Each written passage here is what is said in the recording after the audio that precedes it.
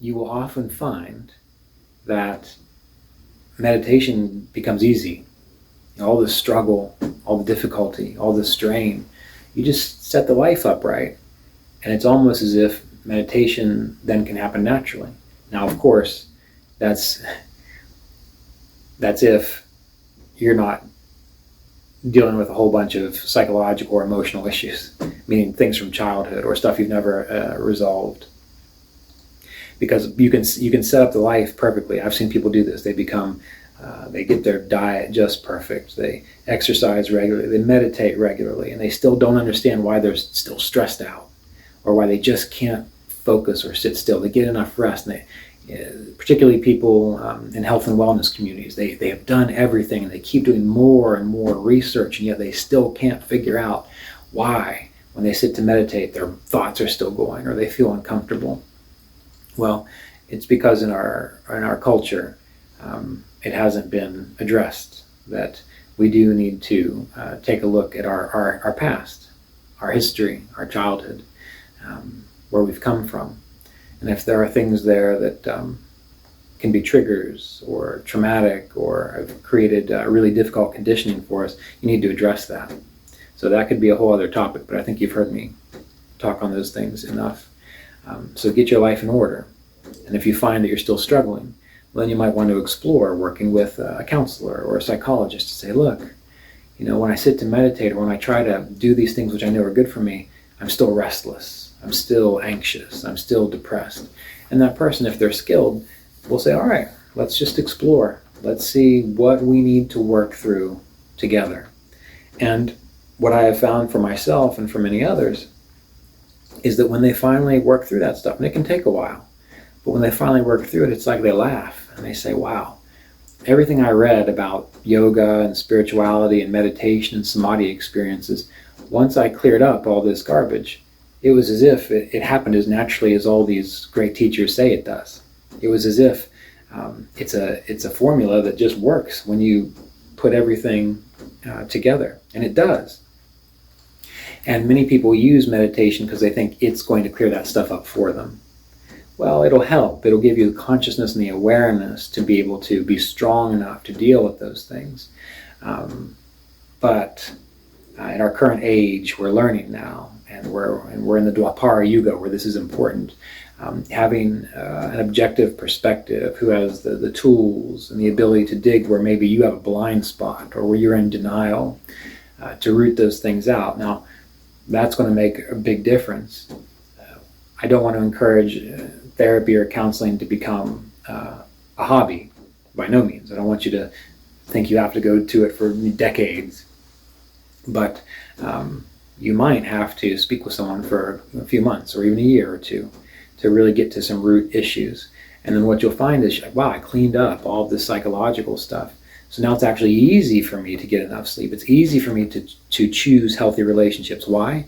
Because you don't have the baggage or the negative conditioning which blurs your awareness, so that you know what is a good supportive relationship. When people are healthy-minded, when they're clear inside, they don't have to ask themselves, is this a good relationship? They know, no, there's no good boundaries here, so that's not a good relationship. They know when someone's manipulating them. They know when they're giving too much, and they have the strength and the belief in themselves to take care of themselves in a healthy way. Not selfish, but in a healthy way. So we want to consider our lives, and we have to recognize that everything we do in our life is our Kriya Yoga practice. Not just organizing the day-to-day, not just doing the right things when you're supposed to do them, although that will take you a long way. But also, if you need assistance to work things out psychologically, with counseling, with therapy, there's no problem with that. In fact, you might find that you save a lot of years of practice, meaning, I've known a lot of people who've been just trying to power through it with yoga for years, and they're older and older and older, and they still can't figure out why it's not working for them, versus people who recognize, okay, maybe I need to look into this. Maybe I need to get another perspective, another view. I need a guide who can help me psychologically, mentally, emotionally. And they spend 1, 2, maybe 3 years digging into it. And then they start meditating, where they put more attention to their practice, and they make leaps and bounds within their spiritual progress. Why? Because all that stuff, all the baggage is out of their way. Now, in the Kriya Yoga apprenticeship program, I do talk about this. And I had one student in particular say, I'm starting to realize just how much baggage I do have. Should I stop meditating? Should I stop studying? Should I just focus on counseling and so on? And I told him, I said, no, because obviously he was aware enough to know that meditation and pranayama and studying the Bhagavad Gita wasn't going to do it for him in that area. And that's good, because it means you're not going to expect it to.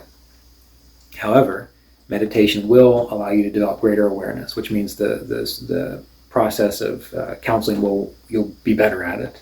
It will allow you to be calmer. It will allow you to shift into the rest and digest system. So overall, it's going to give you a lot of benefits. Studying spiritual literature will give you greater insights.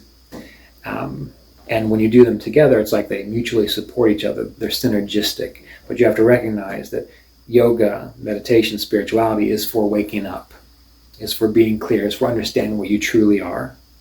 Things like counseling and therapy, those are for getting all that negative conditioning out of the way. Now, maybe you can meditate it out.